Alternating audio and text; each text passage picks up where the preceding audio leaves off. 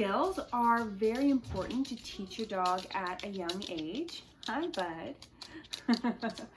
Good handling skills mean that our dogs are comfortable being touched.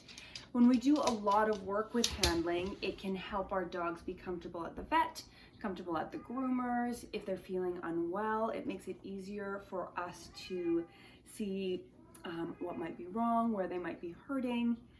To do some handling work, you want to do some pairing of touches with food. So you can do something like a long pet down your puppy's body and then pair it with a piece of food. All the way down their body, pair it with a piece of food. We want to look at what some of the tougher areas are for a dog. So things like looking inside their ear, closing the ear flap, having a piece of food. Things like brushing your hands over their eye areas, and again, following it with some food.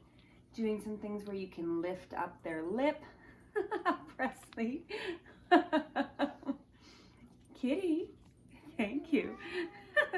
So we can lift up their lip, so you can check their teeth, and again, you would follow with a piece of food. Things like having your hand over top of their muzzle can be pretty sensitive for a lot of dogs. And you can imagine if they're feeling unwell, all of these areas are going to be that much harder to look at. So if you do a lot of work now, it can make life a lot easier. Other spots that are a little bit sensitive on a dog that you'd want to do a lot of handling with are the paws. So being able to touch the paw and again, give a reward. You'd want to even be able to kind of put your fingers around those toes, touch the nails, and again, you're associating it with a piece of food. The back feet tend to be a little bit more sensitive, a little bit more ticklish. You might find you need to do a bit more work on the back feet. So touch, treat, touch, treat, touch, treat. Other sensitive areas are going to be near your dog's bum.